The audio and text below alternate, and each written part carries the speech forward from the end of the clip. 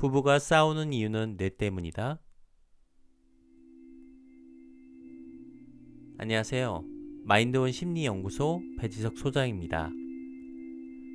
오늘은 부부와 가족의 치유, 성장을 위한 시간입니다.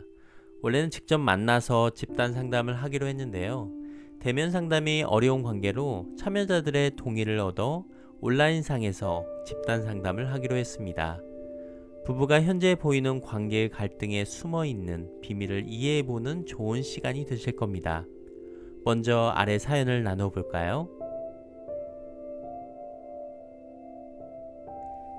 안녕하세요. 저는 결혼한 지 5년이 되었어요. 남편과 정말 좋아하고 사랑해서 결혼했는데요.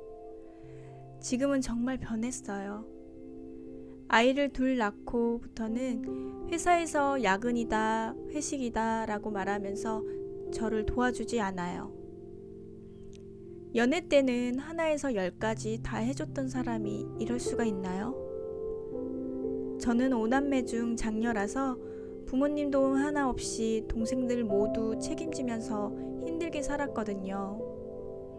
제 주변에는 모두 다 돌봐야 하는 사람뿐이네요. 제 나름대로 표현은 하는데 전달이 안 돼요.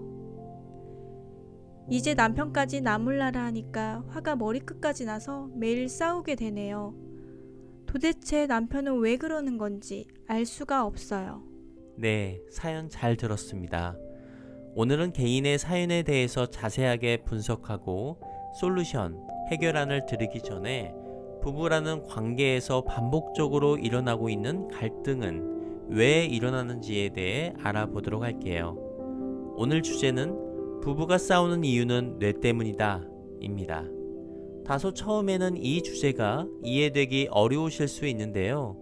부부 관계가 무엇 때문에 갈등이 일어나는지 그 이면에 숨어있는 이야기를 이해하는데 매우 유익한 시간이 될 것이라 생각합니다.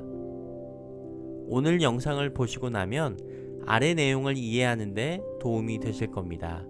하나, 배우자 관계에서 뇌의 역할과 특성을 설명할 수 있다.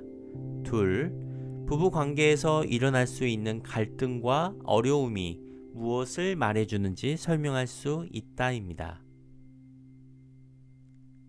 부부가 싸우는 이유는 뇌 때문이다. 주말 오후, 소파에 누워서 TV를 보고 있다.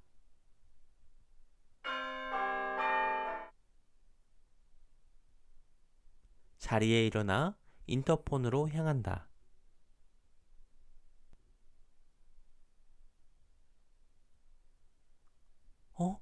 펭수? 내가 평소에 정말 좋아하는, 아니, 사랑하는 펭수가 있는 게 아닌가?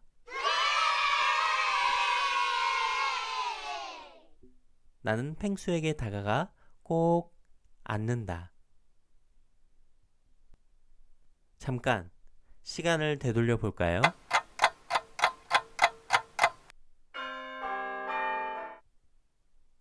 자리에 일어나 인터폰으로 향한다.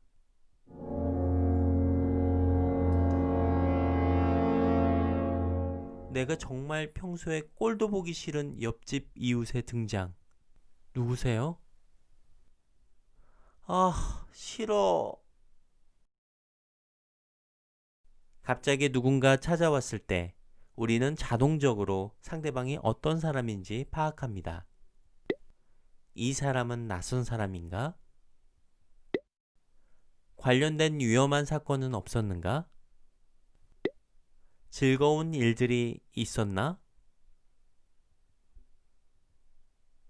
이처럼 다양한 상황에 다르게 반응하는 우리 마음은 뇌와 연결되어 있다. 우리의 마음은 생각, 감정, 신체, 행동, 관계와 연결되어 있습니다. 여기에서 신체 부분이 바로 우리의 뇌 부분을 말하고 있습니다. 자, 지금부터 우리의 뇌에 대해서 잠깐 이해하겠는데요. 함께 따라서 해보도록 하겠습니다. 여러분, 오른손 엄지를 안으로 접어서 다음과 같이 만들어 보세요.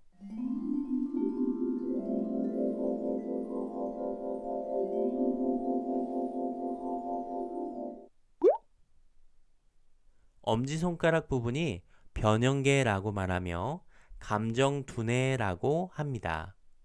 이 변형계 부분이 해마, 편도체 등으로 이루어져 있죠. 사람의 원초적인 충동이나 대인관계 핵심적인 힘을 갖고 있습니다. 특히 대인관계 감성과 사랑을 담당하고 있는 부위라고 이야기할 수 있겠죠.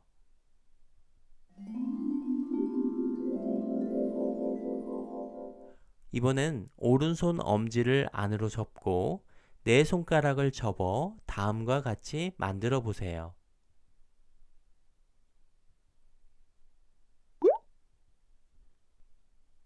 접혀진 네 손가락 부분이 대뇌피질이라고 말하며 사고두뇌라고 말합니다. 말하고 쓰고 계산하는 논리적인 과정의 역할을 하고 있습니다. 주어진 문제를 판단하고 계획을 세우고 언어를 사용하면서 문제를 해결하는 역할을 하지요.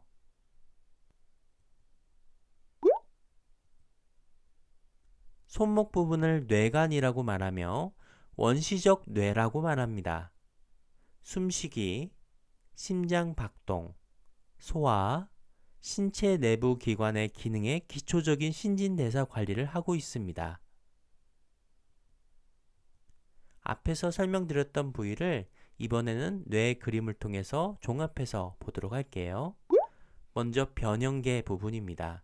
이 변형계 부분의 영역은 과거와 현재의 시간적인 차이가 없고 과거의 사건의 경험이 현재에도 계속 연결되는 경험을 하게 됩니다.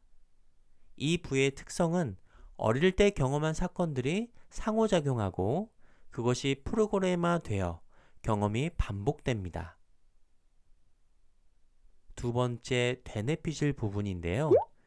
이 영역은 판단력, 언어 사용 능력, 계획 수립 능력, 고통을 느끼지 않음, 복잡한 문제 해결 능력을 갖고 있습니다. 특성으로는 원초적인 인간 행동과는 연관성이 없습니다. 마지막으로 뇌관 부분인데요. 이 뇌관 부분은 어릴 때부터 형성된 습관, 태도, 기질, 삶의 방식을 보여줍니다. 특성으로는 기질, 공격적, 외향적, 내향적, 소극적, 적극적, 기질과 같은 사람의 성향을 관장합니다. 그렇다면 감정뇌가 하는 말은 무엇일까요? 감정뇌가 관심 갖는 것은 오로지 하나밖에 없습니다. 감정뇌가 관심 갖는 질문들인데요. 나를 보살피는 사람인가? 내가 보살펴야 하는 사람인가? 나와 성적인 관계를 갖는 사람인가? 나로부터 멀어지려는 사람인가? 나에게 복종하는 사람인가? 나를 공격하는 사람인가? 바로 감정뇌가 가장 중요하게 관심 갖는 것은 바로 안전입니다. 과거 양육자에게 받은 상처는 감정두뇌에 영향을 미치고 그 부정적인 경험을 근거로 상처받은 감정두뇌는 생각하고 느끼고 반응합니다. 감정두뇌는 어린 시절에 저장된 기억들이 있고 아주 무서운 감정적 상처를 떠올리게 하는 특성이 있습니다. 감정두뇌가 위험하다고 판단했을 때 방어 행동을 하게 되는데요. 공격하기, 복종하기, 회피하기, 죽은 척하기, 냉담하기, 숨기 등이 있습니다. 감정두뇌는 시간 감각이 없기 때문에 과거에 상처받은 기억과 현재 부부 사이에 일어나는 갈등을 구분하지 못합니다. 그렇기 때문에 부부관계에서 보여지는 여러 갈등과 싸움은 어린 시절 받은 상처를 재현하여 치료하려는 욕구라고 우리는 이해할 수 있습니다. 네, 오늘 영상 보셨죠? 뇌가 마음에 영향을 미치는 여러 이야기를 들으셨는데요. 특히 부부 관계에서 어린 시절 경험한 상처가 왜 재현되는지 알게 되셨을 겁니다. 나고민님은 특히 무엇을 알게 되셨나요? 처음 영상을 보기 전에는 부부가 싸우는데 뇌가 무슨 상관일까 라는 생각을 했어요. 요즘 남편이나 친정 가족들이 마치 저에게 모든 것을 책임지라고 말하는 것처럼 느꼈거든요. 특히 남편이 저에게 무관심하고 아무것도 도와주지 않을 때면 가슴이 막 뛰고 땀이 막 나고 화가 너무 나거든요. 마치 어린 시절 아무도 저를 보지 않았던 때처럼 느껴졌어요. 제가 10살 때 둘째 남동생이 태어나서부터는 집에 있는 일들은 모두 다 제가 해야 했거든요. 아무도 저를 보지도 않았어요. 그래서 제가 책임지고 열심히 가족들을 돌보면 저를 사랑해 줄 거라 생각했어요. 이제 왜 남편에게 그런 감정과 생각이 드는지 이해하게 되었어요. 네, 오늘 영상의 주제는 부부가 싸우는 이유는 뇌 때문이다 라는 주제로 이야기 나눠보았습니다.